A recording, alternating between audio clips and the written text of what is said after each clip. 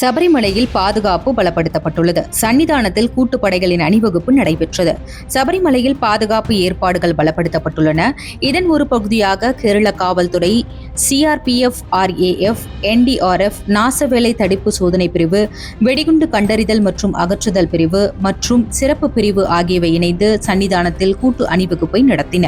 December 5 மற்றும் 6 ஆகிய 2 நாட்களுக்கு சன்னிதானம், பம்பா மற்றும் நிலக்கல் ஆகிய இடங்களில் கூடுதல் பாதுகாப்பு ஏற்பாடுகள் செய்யப்பட்டுள்ளதாக சன்னிதானம் காவல் சிறப்பு அதிகாரி ஆர். ஸ்ரீகுமார் தெரிவித்துள்ளார். டிசம்பர் 5 மற்றும் 6 ஆகிய தேதிகளில் இரவு 11 மணிக்கு கோவில் நடை சாத்தப்பட்ட பிறகு பக்தர்கள் 18ஆம் படியில் ஏற அனுமதிக்கப்பட மாட்டார்கள். கோவில் மூடப்பட்ட பிறகு திருமுற்றம் மற்றும் அதன் சுற்றுப்புறங்கள் கேரள காவல்துறையின் நாசவேலை தடுப்பு பிரிவினரால் ஆய்வு செய்யப்படும். கோவில் நடை சாத்தப்பட்ட பிறகு வரும் பக்தர்கள் பாதையில் உள்ள வரிசையில் காத்திருக்கலாம். அடுத்த நாள் காலையில் மட்டுமே அவர்கள் படி ஏற முடியும் என்று அவர் கூறினார். வெடிகுண்டு கண்டறிதல் பிரிவு மற்றும் நாசவேலை தடுப்பு பிரிவுக்கு 8 கூடுதல் நபர்கள் நியமிக்கப்பட்டு பாதுகாப்பு பலப்படுத்தப்பட்டுள்ளது.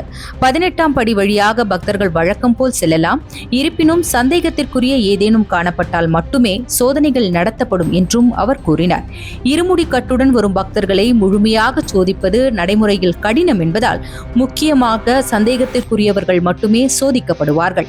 இந்த பாதுகாப்பு ஏற்பாடுகளுக்கு ஐயப்ப பக்தர்கள், அதிகாரிகள் மற்றும் ஊழியர்கள் முழு ஒத்துழைப்பு வழங்க வேண்டும் என்று சன்னிதானம் காவல் சிறப்பு அதிகாரி கேட்டுக்கொண்டார்.